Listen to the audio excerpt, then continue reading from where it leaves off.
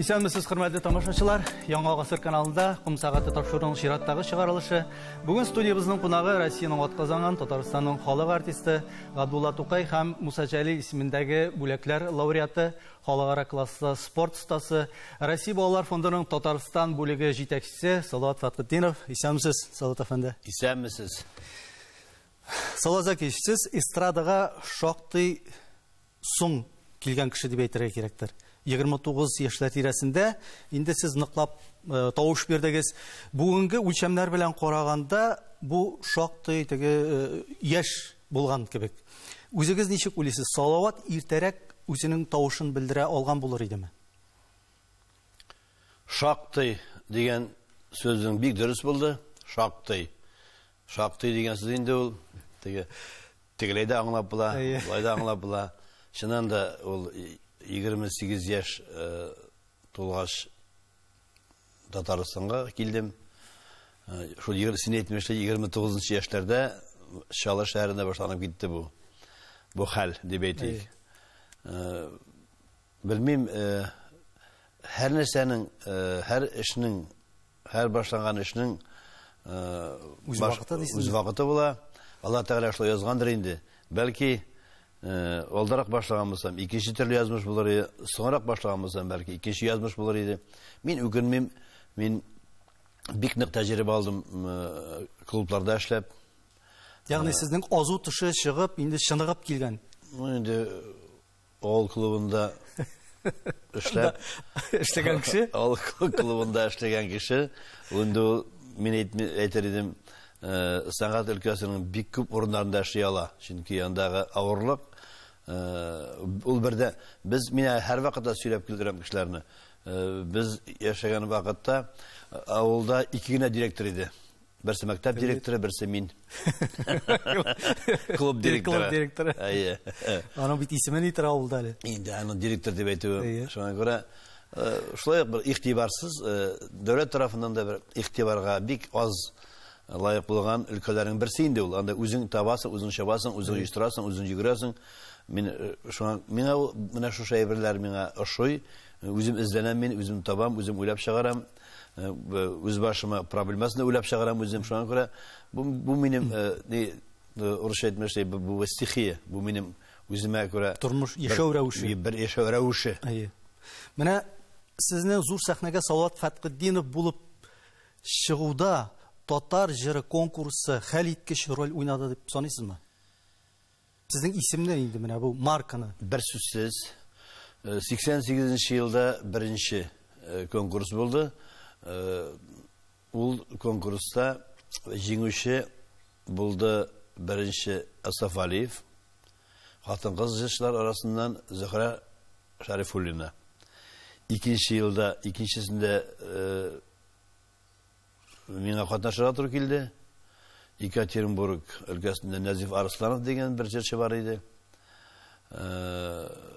Мин икенче лауреат булдым. Менә беренчесен хәтерләмим. Кем булды икән ул беренчесе? Беренче лауреатны хәтерләмим. Ул циркта бара иде. Ул вакытта әле татар зур вакыйга инде ул татар дөньясы өчен. Ул вакытта әле татар артистларына циркка керү. Аюлардан башка. Аюлардан соң татар егетләре, кызлары беренче тапкыр цирк бинасына керделәр. Минем бүгенге дә хәтерлим. Ул үзенә күрә бер атмосфера. Мин дә икенче лауреат дип әйткәч инде мин шаккаттым. Минем өчен бик зур җиңү иде. Кайткач та мактандым инде туганнарга, дусларга, кемнәр белән танышканымны һәм бүгенге дә хәтеремдә, минем хәтеремдә калган иң матур мизгилләрнең берсе, мин беренче тапкыр якыннан Фирдәр Мортазинны күрдем. Ул инде җир селкетеп, дөнья шаулатып эшләгән вакытлар иде Фирдәрнең. Эстраданы тоткан. Җырым син дигән астына, аның җырым син дигән җыры астына Фирдәр Мортазинның автографын алып кайтып, бөтен күрсәтте бөтен клубка, менә сез тыңлаган җырчы, сез яраткан җырчы, менә ул миңа автограф бирде дип. Мин аны гәрәйтәм һәм бер сүзсез татар эстрадасына иң беренче юл салган кешеләрнең берсе ирекле юл салучы Фирдәр Мортазин. Әйтегез әле, менә ул Шурларда татар җыры менә нинди исемнәрне ача иде, әйеме? Быел да, хәзер дә үткәрелә, ел сайын үткәрелә татар җыры конкурсы. Исемнәр юк бит. Беренчедән, ни өчен шулай? Татарның зәвыгы үзгәрә. Чөнки хәзер һәр кешенең кулында информация чыгынаклары күп. Сотовый телефоннар, телевидение. Алар инде күбесе менә милләткә каршы эшли дип әйтергә кирәк түгел. Чөнки кеше үзенә кирәген үзе сайлап ала.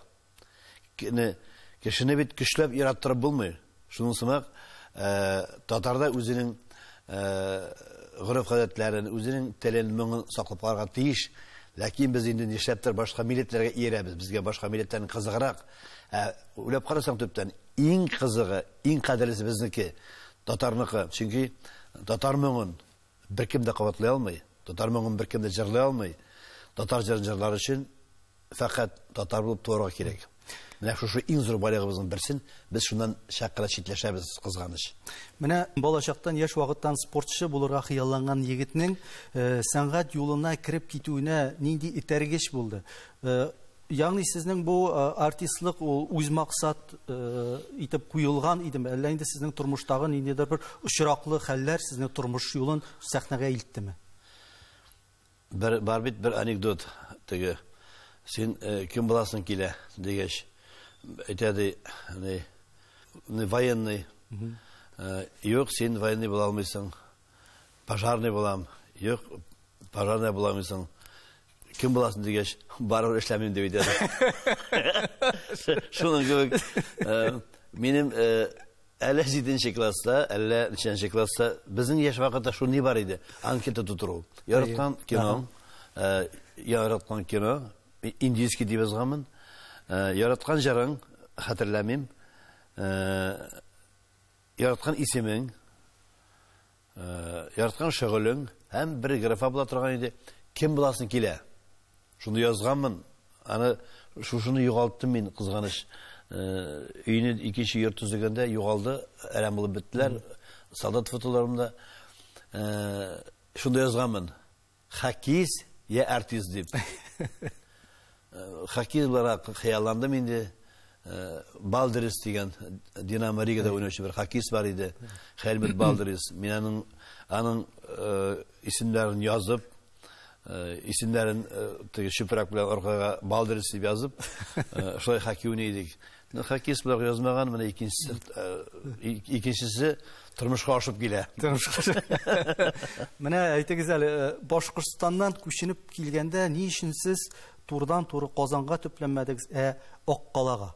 Бу сезнең көрәшче булуыгыз, көрәшче характерыгыз белән бәйлеме? Көрәштә дә бит башта авыр үлчәмне алганчы, башта җиңелрәген алып сынап карыйсың. Ягъни Аккала сезнең өчен бу очракта Татарстанның сынау полигоны булдымы?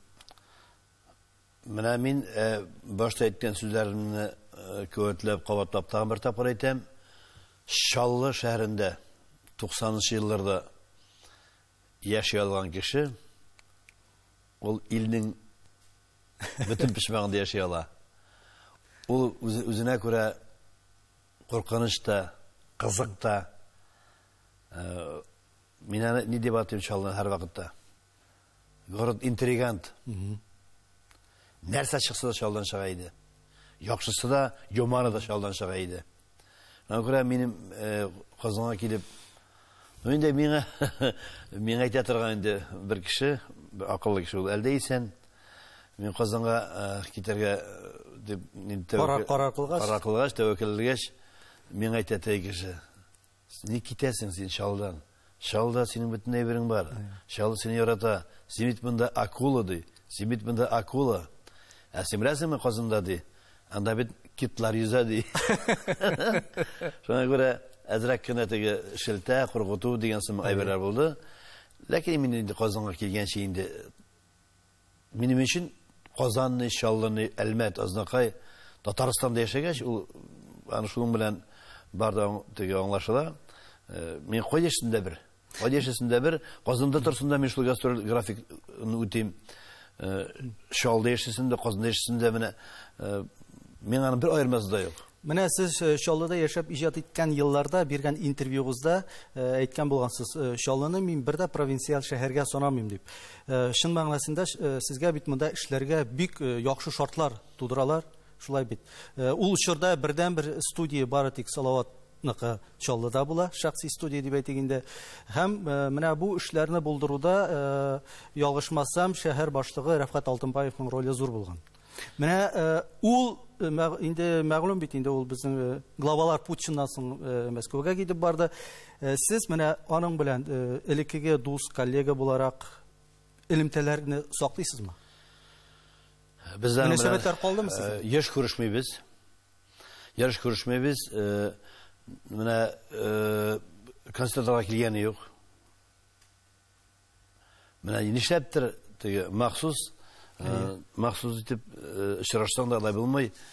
Ел сайын инде минем Ләйсән хатын ул теге тазалыкка килгәндә бик шундый кеше, ул соңгысын эшләсә, ләкин ул тазалыкка кагылышлы әйберләрне онытмый. Ел сайын мине теге үгетләп, үзен әзерләп Карловарга барабыз без. Аны беренче путевканы 90 елда Ментев Шәрбич миңа эшләп бирде. Барып кайтарысын ял итеп кайт дип. Хәтерегездә микән 35 концерт куйдым мин. 1 августтан 5 сентябрьгә кадәр. Шуннан шеш кыйла башлады моннан. Мин нәрсә икәнде аңламыйм. Не әйтмешә, күз тиде микән инде ул, тазалык бетте микән, иммунитет төште микән. Шуннан соң мине нигә Шеховада РКБга салдылар да, шунда килеп әйтте миңа бер кеше. Ментев Шәрбич сине үзе белән Карловарга алып китәргә тели, дип, мин без генә шул загран паспортлар эшләп, бер тапкыр чыктык да Карловарга, и шуны бер тапкырда калдырмаска тырыштык инде. Чөнки минең балаларыма да килешә ул анда бару. Менә сүзнең башында башлаган сүз, шунда барган сайын, ел сайын бер вакытта Алтынбаев Рәфкать белән күрешәбез. Менә аны махсус оештырсаң да күрешеп булмый. Менә барасың урамнан, аның бер генә урам бар инде. Анда ике генә тел. Или исәнмесез диләр, или здравствуйте. Анда башка халык йөрми. Күбрәк исәнмесез. Инде кайсы берсе кирегә март каршыга инде. Һаумахагат дип. Татарлар, башкортлар һәм урыслар, ул шундый шәһәр Карловар. Һәр вакытта шунда күрешәбез. Инде иң яхшы танышлар сымак итеп күрешәбез. Бер үпкәбездә бер-беребезгә шуннан да көчле булдыклы җитәкче иде. Әйтегез әле, менә дуслар дигәндән ул иҗат коллективы бит ул шундый нәрсә, анда ул гел менә хәрәкәттә алышынып тора, берәүләр килә, берәүләр китә. Әмма ләкин барбер узак еллар дәвамында эшләгән коллегалар, иҗатташ дуслар да була бер сәхнәдә. Әйтик, менә сезнең сәхнәгә чыга башлаганда Салават Фатхетдинов, баянчы Шәфәгать Салихов. Сезне инде тамашачы сәхнәне икегездән башка күз алдына китерә алмый башлаган иде. Әмма ләкин барбер иҗат шундый бер, сезнең юллар ничектер аерылды.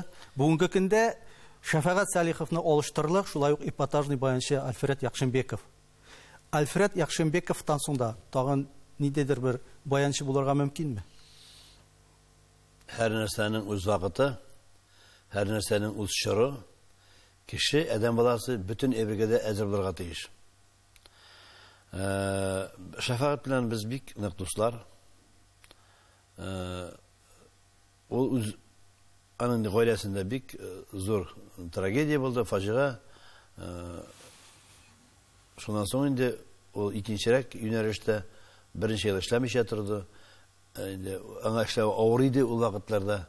Шуңа күрә мин инде миңа эшләргә кирәк, мин бит инде барып туктап тора алмыйм. Шунда инде мин Казанга күчкәч, ничектер Шәфәгать шушынайдан ансамбльдән төшеп калды дип әйтик инде дөресрәген. Без күрешәбез, киңәшләр бер-беребезгә бирешәбез. Альфред үз урынын яулады. Альфред ул яраттыра белә. Аның елмаюына гашык булган мин бик күп хатыннарны беләм. Ул Альфредның елмаеп җибәрүе диләр. Ай, Альфредның шулай итүе, менә булай итүе. Һәр кем Кемдер елмаюын ярата кешенең, кемдер ботинкасын ярата, кемдер җырын ярата, кемдер үзен ярата. Менә мин Әлфия Авзаловны яратам. Минем иң яраткан кешем бу дөньяда. Мин аны әйтә дә алмыйм. Ни өчен яратам мин? Җыры өченме? Аңлатып булмый. Үзе өченме? Менә ул шундый мәхәббәт Барлыгы өчен. Менә барлыгы өчен яратам. Минем әйтә торган сүзем дә бар. 18 яшьлек сөлек сымак кызны яратыр өчен акыл кирәкми? Менә минем сымак 90-га җиткән кешене яратып барагыз дип әйтәм егетләргә.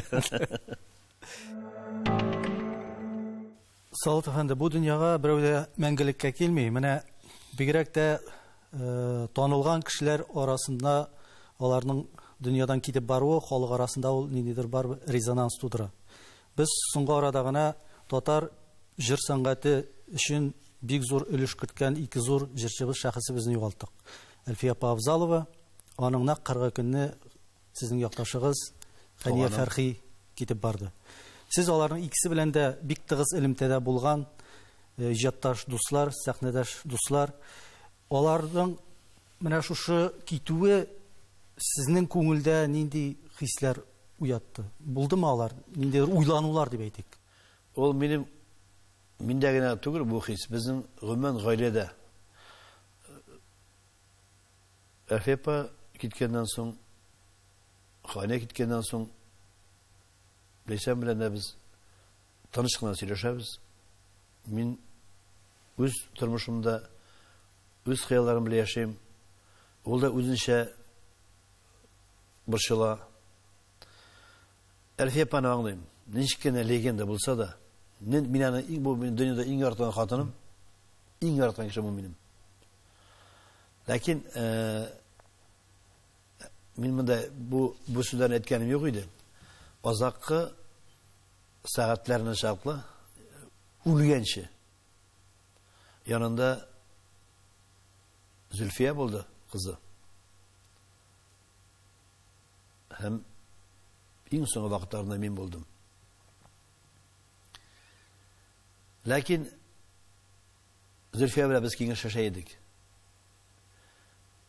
Инде аптырагач инде тизрәк кенә китсә иде дип. Чөнки ничек азапланганын күрү ул бик авыр күренеш. Шуңа күрә мин инде башта яшәр вакытта бу кеше качанда үләр бит инде. Бу кеше качанда булса китәр дип уйлый торган Әлфия турында. Мин нишләрмен икән? Җылармын микән мин? Мин нишләрмен икән дигән мине бер сорау борчый иде. Теге соңгы 2 ел ярым бу бик күп бит. 2 ел ярым, ул 2 ай ярым түгел, 2 ел ярым. Шуны шундай уйда йөрү, шундай уйда Зөлфиягә рәхмәт. Нишләптер Әлфия киткәч ул шаклы борчылмадым. Чөнки мин аның ничек борчылган, ничек газапланганын күрдем дә, шуңа күрә үземчә кичердем. Хания ул фаҗига. Ул аяз көнне яшен суккан кебек. Мин әллә бу турыда әйтергә теләгем юк. Әзердә түгелме, вакытлар узгач, бер утырып Хания турында да, Әлфия турында аерым сөйләшербез. Чөнки булар икесе дә бик зур тема. Менә зур югалту һәм бик зур тема. Бу темага кергәч, беренче минутта гына чыгып китеп булмый. Сез бит Салат әфәнде Илһам абый белән Әлфия апаны үзегезнең концертларыгызда кабаттан тамашачылар алдына алып чыккан кеше. Инде без уйлар идек, Әлфия апа белән Илһам абыйны чыгарып, Салават үзенә тагында популярлык эзли дисәң, сезгә ул чиктән тыш арткан. Аны әйтүчләр булды. Әйтүчләр булгандыр, әйе. Менә аларны яңадан кабаттан сәхнәгә чыгару, ул сез нәрсә әйтергә теләдегез? Безнең менә бу улпан җырчыларыбызны без җәмәгать онытырга тиеш түгел, алар исән, менә алар дип әйтү максатыннан эшләндем ул. Һәм аларның реакциясе, ул улпан җырчыларның, алар ничек кабул итте аны? Артист, яхшы артист, зауыклы артист, ул сәхнәдә үләргә хыялына. Әйтә торганнары, менә шул артист сәхнәдә уйнаган вакытында, җырлаган вакытында үлеп киткән икән. Аның әйткән сүзе бар, менә шул тормышка ашты дип әйтә торганнары элек. Яхшы артист сәхнәдә үләргә хыялына. Менә кемдер бит Мәккәгә барып шунда үләргә китә. Артистны тиз үтерәсен килсә, миңа калса сәхнәгә чыгарымызга кирәк. Әлфия апа да, Илһам абый да, алар сәхнәдә башка нәрсә күргәннәр. Әйтәм бит, ул шул бер сум булгандыр инде алар ул вакытта аларның нее, командировочный. Гонорар, җулбәсе. Әлфия апа әйтмеш, палка. Без палкага эшлидек. Әлфия апа, без палка өчен эшләдек дип. Чөнки сонда бер таяк куялар да, аязагында сиңа зарплата бирәләрдер инде. Шулай дип уйлыйм.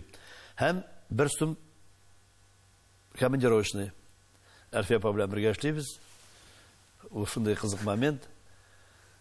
Кай вакытта сөйләшәсеңме дуслар белән? Без киләбез, 22 кеше, 23 кеше, безгә эш бүлмә кызлар өчен аерым, 2 бүлмә шундый, 1 бүлмә мондый, иртән төшке аш, иртәнге аш, концерттан соң кичке аш.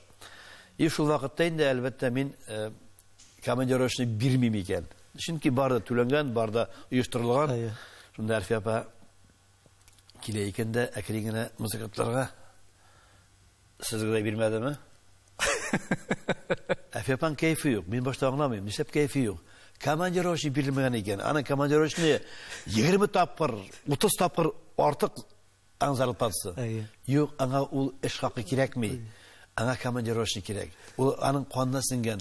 Шул командировочный алып тыгып куйса, шул 500 сумын, 1000 сумын күрәсен күңелне җылтадыр инде. Ул шул мөр яшәгән. Әлфия апа белән миңа кай вакытта әйтәләр инде. Әлфия апа турында бер-ике кызык фикерләрегез әйтегез. Истәлекләрне. Мәктәп Әлфия апаның кызыклы хәлләре бик күп. Ләкин аның берсендә сәхнәне һәм телевидениедән сөйләп булмый. Җәүд Шакировның юбилей кичәсендә әйткән бер сүзе истә калган. Бу сәнгать юлында мин җырчы булырга тиеш идем, Салават конференция алып баручы, әмма ләкин тормышта моның киресе килеп чыкты дип. Сез бит Җәүд Шакировка бергә эшлик, бер коллективта дип тәкъдим дә ясап караган булгансыз, ялгышмасам. Ни өчен ризалашмады? Тәкъдимне гомумән хатын-кызга асыйлар. Мин шакырылдым. Шакыргансыз. Без Җәүд белән Җәүднең хатын Зөлфия белән минем хатын Ләйсән бергә укыдылар. Җәүд белән без бер группада укыдык. Нидән Җәүд мин Җәүдне күрер идем. Зур артист иттереп Камал театрында. Ул аны алмаштырды, ләкин ул монда югалып калмады. Бәлки Камал театрында югалган булыр иде. Мин аны бик иң талантлы юморист дип исәплим. Мин аңа бергә эшләргә тәкъдим итмәдем ахыры, ләкин без бергә эшләдек. Мин авылда эшләгән вакытта, Аксай авылында бер элекке ни белән әйткәндә термин белән бригада. Әлфия апа яраткан сүз инде ул. Бригада дип сөйләшәләр инде филармония артистлары. Безнең белән бер бригада төздек авылда. Мин инде начальник, директор, Хания Фәрхи, Альфред Якшинбетов, Җәүд Шакиров һәм безнең белән бергә укыды, бер группада Фихат Зиннуров дигән, ул хәзер безнең Тәтешләр районында культура бүлеге мөдире. Шулар югалган кеше түгел, акыллы, тәртипле, итәгатьле Балташ районы егете. Менә шушы менә хәлне күз алдына китерәм. Хания җырлый, Хания уйный, Җәүд уйный, Җәүд җырлый, Альфред баянда, Альфред җырлый. Мин кассетны алып барам. Мин буш вакытта репетиция вакытында җырлыйм инде, мин Альфред әйтә. Син нишләп җырламыйсың ди. Мен дә җырлар күп. Хания җырлый, Җәүд җырлый, син җырлыйсың. Альфред җырлаган бик ярата идем мин. Гомумән башкорт теле бик йомшак тел. Башкорт телендә җырлавы бик уңайлы.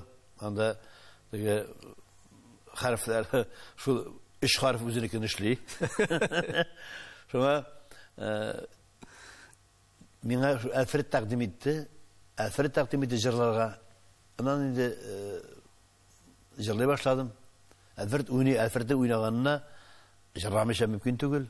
Чөнки бергә Альфред белән бергә укыдык, шул барыбер Яуит, Альфред без бер группада укыдык.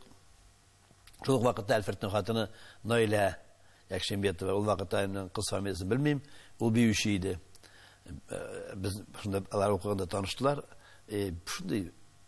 Шундый шәп гаилә төзеделәр.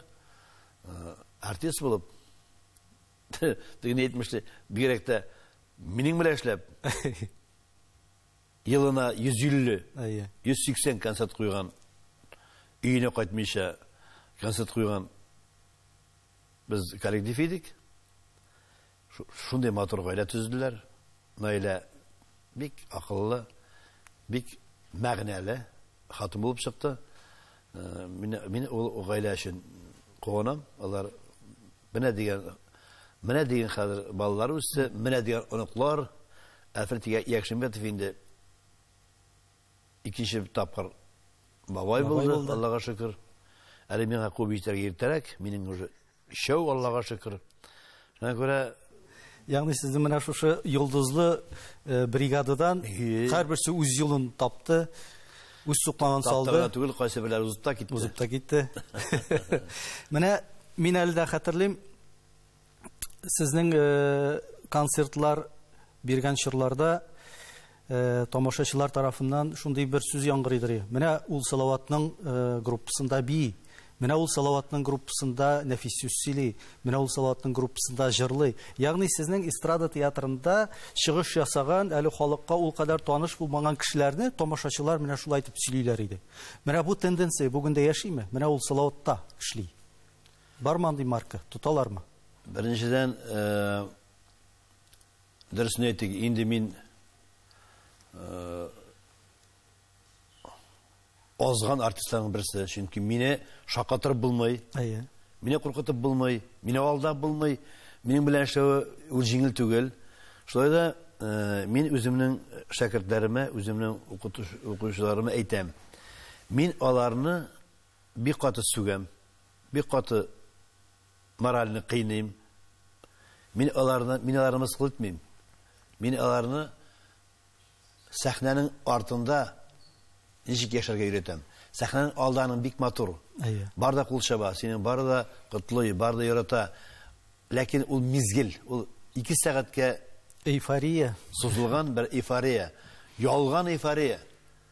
Син тамашачының ни өчен кул чапканда белмисең. Татарның тагын бер гадәте бар, ул теге арттан килгән атка бит тасымалны күбрәк бирәләр. Шунысына кайвакыт кызганып та кул чабырга мөмкин. Татар кызганып та кул чаба, күңел бусында да кул чаба. Шул вакытта шуны кайсы бер артистлар шынап кабул итә. Мин бу әйберләре, шушы әйберләр булмасын өчен, алар алданмасын өчен, аларны яшь чакларыннан ук теге акны карадан аерга өйрәтү. Акны карага аерып, кыйнап, сүгеп дип әйтгәндә, шул вакытта яратып, хөрмәт итеп тәрбиялим. Әгәр дә мин бер сүздән дәшмим икән кешегә, димәк, ул кеше минем өчен юк. Шуңа күрә мен әйтеп куям, хәзер күбесе белә инде, мин сүгәм икән, мин кычкырам икән. Димәк әле ул. Димәк әле мин нәрсә өмет бар. Нәрсә дә булса үзгәртеп булмас микән? Нәрсә дә булса кеш чыкмас микән бу кешедән дип. Шуңа күрә түзәлмичә, кайсы берсе үпкәләп яисә, ашуын белдереп китә икән, ул кеше минем өчен дөньяда юк. Мин хәтта исәнләшмәскә дә мөмкин. Шундый бер яктан минем характер шулай ук бик җиңел түгел. Аны кемдер әйтә бик җиңел ди, кемдер әйтә аңлый торган түгел, кемдер әйтә менә дигән ди. Һәр кеше үзенә кирәген таба. Мин ялганчы түгел. Мин алдашканны яратмыйм. Урлашканны яратмыйм. Шуңа күрә мин бу әйберләрнең икесен дә үзем эшләмим. Шуңа күп вакытта әзрәк кенә инде шушы турылык аркасында әзрәк кенә үземә дә эләгеп кенә тора. Менә иҗатыгызның чалдышырына әйләнеп кайтыйк әле. 89 елдан алып 95-нче, 94-95 елларга кадәр сез баш әйләндергеч дип әйтик уңышка ирешәсез. Татар җыры конкурсыннан соң 1-2 елда үтмәй Татарстанның атказанган артисты, аннан соң Татарстанның халык артисты. Менә мондый баш әйләндергеч дип әйтик кабатлап уңышларга сез психологик яктан, ички яктан инде әзер идегезме? Ул бит исемне күтәрергә дә кирәк бит әле. Беренчедән исем ул әлбәттә бик кирәк. Ул кешегә стимул. Һәр нәрсәнең вакыты була. Кешенең вакытында кадерен белергә кирәк. Кешенең кирәк вакытта эшләгән чорында дип әйтәләр. Эшләгән чорында кирәк. Бездә бит шундый тенденция гомумән. Безгә чаклы дип әйтик. Безгә чаклы эшләгән артистлар алар алдында баш ярга кирәк. Ничесигедән заманат шул булган, аның һәр нәрсәнең үз законы була, үз вакыты була. Алар инде квартира алмам микән дип пенсиягә чак яшәгән инде ул. Шу пенсиясын ала да, шуның квартирасын ала да, шатлыгыннан үлеп тә китә. Менә аның артистның шушындай не булган. Хәзер инде мөмкинлекләр икенчерәк. Хәзер инде кеше үзе табып, үзе тапканы үзе тулысынча куанырга мөмкинлеге бар. Эшли алган кеше, булдыра алган кешедән әлбәттә. Мин бу исемнәргә исем китмәде, миннән берсен дә сорап алмадым. Берсен дә сорап алмадым. Ләкин барыбер дә үземнән өлкәнрәк, миннән талантлырак кешеләр дан бик күпкә алдан алуым әзрәк кенә миңа күңелдә кыйнрак иде, чөнки мин бик нык бәйле яшәдем һәм яшим Галискар Камал театр артистлары белән. Миннән өлкәнрәк, мәсәлән, бер вакытта исем алдык, бер шырларак дип әйтик инде, Ирек Бахманов һәм мин. Ирек абый кемдә, мин кем? Икебез дә халык артистлары. Миңа алар алдында әзрәк кенә кыйнрак иде. Дөрес аңларлар микән, кем бирде икән, ник бирделәр икән дигән сорау бар микән инде бу кешеләрнең күңелендә дип әзрәк кенә үземдә кай вакытта борчу сизә идем. Но инде әмма бит инде Ирек Бахмановка вакытында халык артисты исеме бирелмәүдә сезнең гаеп юк бит. Менә халык бит аны шулай дип аңламый. Шулай дип. Дөрес. Менә һәр нәрсәнең чыннан да Бүген исемнәрне биреп бетерлек кенә түгел. Чөнки бездә меңәрләгән җырчы. Менә шул сүзеңне дәвам итик әле, Салават әфәнде. Мактаулы исемнәр бар, име? Мактаулы исемнәргә ия безнең сәнгать әһелләре бик күп. Әмма шул ук вакытта бит әле халык биргән исем бар. Мактаулы исем йөртеп тә халык танымаган безнең сәнгать әһелләре дә җитәрлек. Сезнең очракта мактаулы исем белән халык биргән исем алар бер-бергә чагыштымы? Мин бу сорауга үземә үзем бәя куя алмыйм. Бәяне бирергә тиеш халык. Минем яраткан бер сүзем бар. Залга тамашачыны куып кертеп булмый. Залдан тамашачыны куып чыгарып булмый. Ул тели икән килә, тели икән чыгып китә. Шушы халыкны менә инде быел кем уйлаган 29-нчы сезон Татарстан җирендә генә Камал сәхнәсендә генә 29 әйтергә җиңел. Миңа шалтырталар да. Закиш, син быел ничәнче сезон 29 кит әле. Бар да шакката. Мин үзем дә шаккатам. Менә инде исән саулык булсак, Ходай Тәгалә ташламаса тазалыктан, менә 29-нчы сезонга репетициялар бара. Әзерләнәбез. Шул вакытта бер җырны мысын калдырыйк әле 30-нчы сезонга. Бу җыр 30-нчы сезонда җырланырга тиеш дип калдырып барабыз. Менә инде бер ел алдан әзерләнә башлыйбыз юбилейга. Бездән юбилей дип атамыйбыз инде, ул чираттагы концерт булачак. Бер үзенә күрә бер нәтиҗә, бер кичкенә генә йомгаклау булачак инде. Мин бер тапкыр ясадым 25 еллыкка. Вәгъдә иттем, битем, икенче юбилей булачак, тагын 25 елдан дип тамашачыга.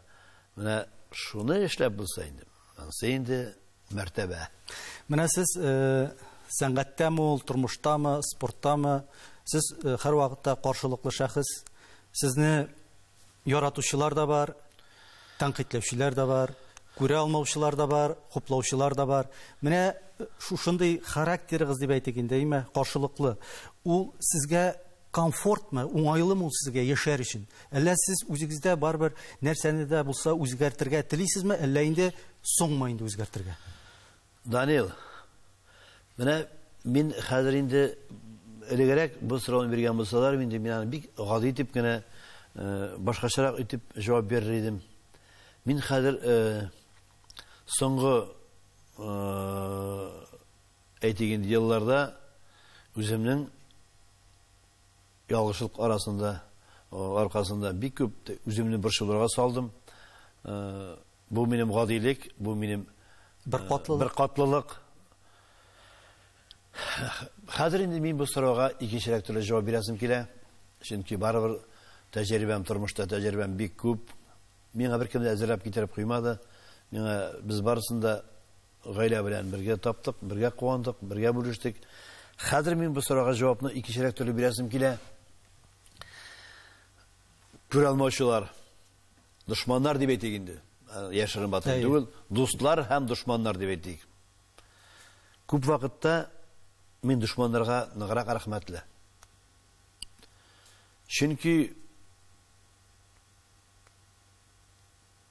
дуска бит ышанасың, аңа сөйлисең, аңа аңлатасың, ул синең бөтен эшеңне белеп тора, хыялыңны, алдан нәрсә буласың, артта нәрсә калганны барын да белә. Дошман бит ул син беләсең дошман икәнен, аңа сөйләмисең, аңа аңлатмыйсың, син аннан сакланасың. Шуңа күрә соңгы вакытта минем дусларга караганда дошманнарга хөрмәтем күбрәк. Мин аларны күбрәк булсын дип әйтәсем килми. Мин хәтта шушындай бер ни уйлап чыгардым үзем өчен. Бәлки кирәк булса тамашачыларда хәтерендә калдырсыннар. Бөтен кешендә бу минем дустым, бу минем якын дустым, бу минем җан дустым дип әйтергә ярамый. Чөнки иң авыры, иң битергәне дустның хыянәте, дустның ышанычсызлыгы. Шулай да булай икән дип утырасың. Шулай да булай икән дип утырасың. Шуны тормышта вата торган. Кешене вата торган. Шуңа күрә хәзер заманасы шундый, кешедә хәзер уят дигән әйбернең инде кайсы хәрефе калгандыр.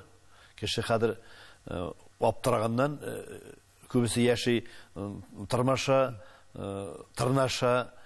Шуңа күрә мин дуст дип әйтергә түгел, тәкъдим итәм. Үзгәрттем мин бер сүзне, беркем бер дустым әйтәм. Әйтәм, син бит минем бик яхшы танышым. Кайчаннан башлап әле ди. Мен әйтәм, син миңа ачулама, исемен әйтмим кем икәнен, ул минем иң якын дустым. Мин аны кушаматы төпчек, мин төпчек дустым дип йөртәм.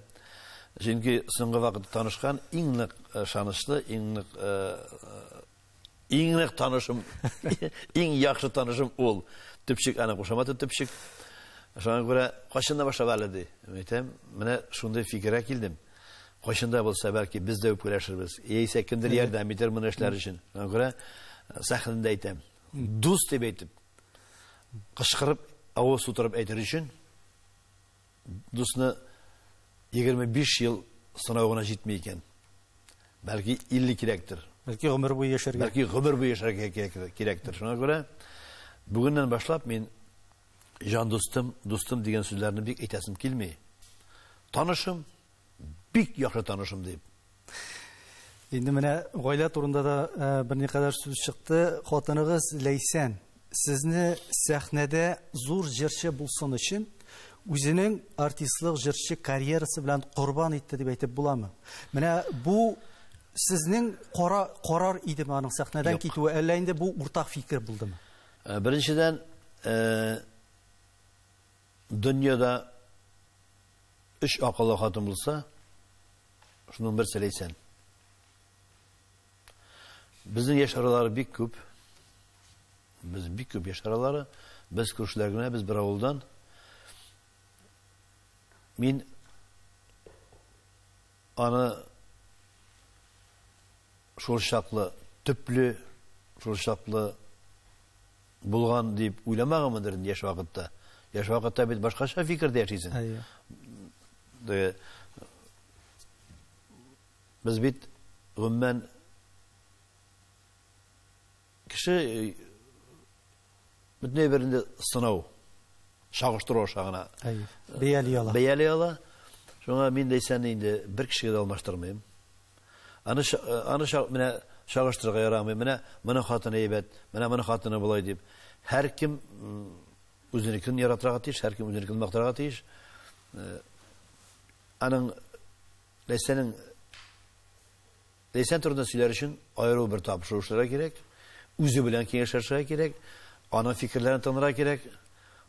Аның үз фикере бар. O tüplü. O bik tüplü хатын. Birinci kayıttık, şep gittik gastrol'a, Sibir'ge, Kagalım, Noyabrsk, Surgut, Nijnevarsk, Pakashi, Sibir yakları. Şunda yürüyüz. Şunda boş vakti olsa telefonga жүгіреді, балаларға шалтырата. Балалар тияқтан жылап шалтырата. Ләйсән бияқтан ақырып жылап отыра. Шақ күздерін бияштырып сахнаға шығады, жырлап шығады. Анан мен айта: "Сен үйретмейді, пожалуйста, мені. Мен бала індіктіріп, бала үйрерге жиынмайым. Сенің ішлегенің жеткен, мен ғайледе тәртіп тұтармын, балаларын тәрбиелермін. Сен өзіңін ішлейінді" deyip Ләйсәнің тіләге. Ләйсәнің тіләге, шуңа күрә аңа рәхмәт. Bütün тамашачылар алдында, bütün аның туганнары алдында, үземнең туганнар исеменнән гомумән Ходай Тәгалә миңа хәтта эштә түгелдер. Бу хөрмәт тә миңа Алла Тәгаләнең иң зур бүләге, ул миңа Ләйсәнне бүләк иткән. Менә тәрбия дигәннән, сез үзегез балаларыгызга үзегез теләгәнчә тәрбия бирә алдым дип уйлыйсызмы? Һәм әйтәләр бит, менә балалар һәм аталар проблемасы. Балалар белән аталар арасындагы проблема сезнең гаиләдә ничек чагылышта? Мин бу сорауны алданып әйтә башлагачта җавабым әзер иде, чөнки мин усал кеше дөньяда, бик усал кеше, чөнки минем тәрбия шундый. Мин усал була алмыйча була алмыйм, аның барын әйтеп бетереп булмый. Мин шундый гаиләдә үстем. Миңа усал булмыйча чара юк иде. Без иң башына сөйләшеп куйдык. Ләйсән, балаларның тәрбиясе өчен син җавап бирәсең. Тәртипсез булсалар, әлбәттә, атадагы җаваплылык бар. Җаваплылык бар. Ләкин уку, белем, тазалык синең өстә. Калган bütün әйбер белән дә тәэмин итәрмен. Балалар синең өстә дип без башта ук сөйләштек. Ләйсәне бүген авызында 32 теш. 3 тешләре дигез. 3 онык тәрбияле торган Ләйсән әбинең, менә шаярып әйтәм, Ләйсән әби дип, аны бик яратып бетермәй инде. Ләйсән әбинең 32 теше дә бар. Һәм шул ук әйберне ул балалардан таләп итә. Теше ортаманың нәрсә булган, сразу больницага елдан ел кайсы елган нәрсә булган, язып бараныкы, шагыштыра, үлчей. Шуңа күрә тазалык ягыннан bütün гаиләнең тазалыгы аның кулында. Минем өчен телефон һәм интернет иң куркыныч ширләрнең берсе дигәнсез. Менә шушы сорауны Данил, мен шушы сорауны биргәнче үк сиңа җавап бирергә әзер. Менә сезнең фикер ничектер? Заманасы шул, әлбәттә. Менә хәтта сорауны әйтеп бетергәндә көтмим. Сорауның ни белән тәмамланганы? Соңгы вакытта үзегездә мавыга башладыгыз кебек телефон белән. Нидер анда Instagram'da türlü videolar. Yok, birinçiden min bu Instagram'a ne için kırdım? Mine balalar, Kırım'daki yerden bir şeyler. Eti, Sağdakiş, dostum, bu bir kirek. Minanı rızalaştım. Yani zaman talep edip anlatılarım. Üzümün, mine hürmet etken, minin bilen kızıksıngan kişiler için güne. Anda nerse yazarlar, anda hatta biz komentarda koymadık. Çünkü her zaman şunday bit. Elek yazatağın bakanlar anonimka. Мен yazamda, Daniel şunday kişi, yazamda men koyam Mahmut İsrafiloviç tam Mahmutov deyip koyam da, ana o kişi tezlemi. İzleyiciler kişi tabalar. Sizde yok. İzleyiciler kişi tabalar. Lakin mena bu üz fikrin etirge, sen şunday deyip, mena kelip etirge, kurukak, мискиннәр өчен бу бик шәп әйбер. WhatsApp, Viber һәм башка Instagram. Минем иң сөймәгән әйберем телефон. Күпме фаҗига. Менә машиналардагы аварияларның 100% аварияның 70% минемчә шул телефон аркасында. Нинди генә фаҗига юк ул телефон аша. Куркыныч. Мин хәтта бер әйбер кертер идем. Менә бар бит анкета, эшкә аласың кешене шулай бит. Эшкә алган вакытта исеме, фамилиясе, кайчан туган, нәрсә белән шөгыльләнгән, нинди профессия, хобби, һәм тагын бер параграф кертер идем. Ваше отношение к сотовому телефону. Валлаһи. Ул стенага барып бәрлегәндә күрмәй. Вакыт үтә бит аның белән. Менә мин бу миңа калса замананың иң начар чире шул. Менә инде һәр кеше үзенчә ширли, ширләгәндән ширләсеннәр, ләкин мин хәзер бит менә бүгенге секундда сотовый телефон дигәннән иде. Бала тәрбияләүнең берәй-бере юк бит хәзер. Баланы булдыру, баланы табу проблема. Баланы карау өчен проблема юк. Туада сотовый телефон биреп куясың да, ашамый да, эчмий дә, шуң белән сәгатьләр буена утыра. Бу бит инде мин бу әйберне, мин хәтта миңа бәя куя белмим һәм ничек дип атарга белмим бу әйберне. Бу иң куркыныч ширләрнең берсе. Менә кеше яши акыл топлый диләр. Салаватның соңгы еллардагы концертын анализлаучылар Салават үзенең чыгышларында акылны күбрәк сата башлады дип әйтәләр. Ни дип әйтерсез? Акыл сата. Менә бу бәлки син сорауны дөрес куймадың. Бәлки тамашачы дөрес уйламый. Акыл сата дип әйтәләр. Теге бу үзенә җитмәгән акылны кемнәндер ишетеп укыйда бер Амар Хаямнан мондай сетронома кемнәндер ишетә, шушны үзенеке итеп кешегә тәкъдим итә. Менә монысы минеңчә акыл сату. Мин акыл сатмыйм. Минем сатарлык акылым да юк. Бәлки бу очракталар күп сөйли дип мәгънәсендә әйткәннәрдер. Мин җырны алганда ук башта укыйм, шигырьне укыйм да, шул шигырьне укыганда ук башыма уй килә, концертта нәрсә турында әйтәсем. Быел менә шул ук әйбер кабатлана. Күбрәк акыл сату түгел, киңәш. Миңа калса күбрәк киңәш бирәм, чөнки күп әйберләрне нәрсә белән бетәсен беләм. Яшьләр үзләре бер тема, алар хәзер үзләренә бер яшьләр, үзләренә бер милләт, үзләренә күрә бер халык, алар белән башкачарак сөйләшергә кирәк. Шуңа күрә акыл сата дип әйтү, кемдер әйтә. Менә миңа әшендә әйткән кешеләр бар. Менә мин синең концертыңа барам, Закиш, нәрсә әйтер икән бу дип әйтеп, кайсы берсен язып алам ди. Миңа шул бер елга итә, көлеп йөрергә, чөнки бүген әйткән сүзне итәгәсен мин кабатламаска тырышам. Ул ситуациясына карап килеп чыга. Ләкин мин теге эштәгесен әйтәм. Ул кайсы бер көнне бик күңелсез концерт булырга мөмкин, чөнки кайфында булмаска мөмкин. Булай акыл сатырга җыенганым да юк. Әлеге очрашуга әзерләнеп утырганда, менә Салават әфәнде, сезнең беренче елларда телевидение чыккан язмаларыгызны карап утырдым. Сез әле ул чорда алтын тешле, кара буе чәчле, Урсалтауны өздереп җырлый егет.